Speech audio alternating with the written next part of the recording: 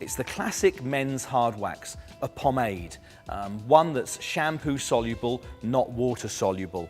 So the way we're going to apply this is literally working the product, and we're going to get quite a fair amount of it, because on hair that's as thick as Andrew's and has the texture that Andrew's has, we need to put quite a bit of product in that. So I'm going to start off with this amount, and I'm going to emulsify that into my hands just to get a little bit of heat built up in there so it's easier to work through the hair. Now, this is going to give Andrew's hair more of a matte finish.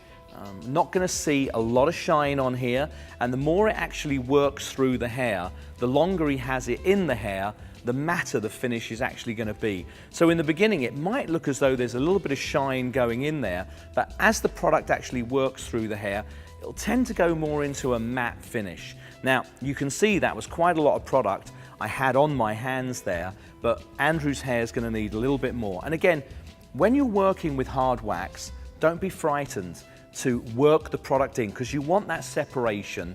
You want to be able to have the hold that the hard wax does. And when you work hard wax into the hair, the more you actually work it into the hair, the more product you actually get in the hair, the more manipulative the hair can be to really get a shape. So let's start putting a lot more of the product into the front, and you can start to see now how I can literally mold and manipulate the front of the hair.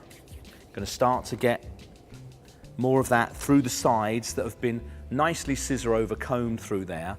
And when you do get that scissor over comb through the side, putting the hard wax into it really gives you a nice finish on it, as opposed to it looking too fluffy. And we really want to get the wax worked into the hair. So again, going into those longer pieces in the front there, and you can start to see really nice separation and definition that the product's giving the hair, and just working that through.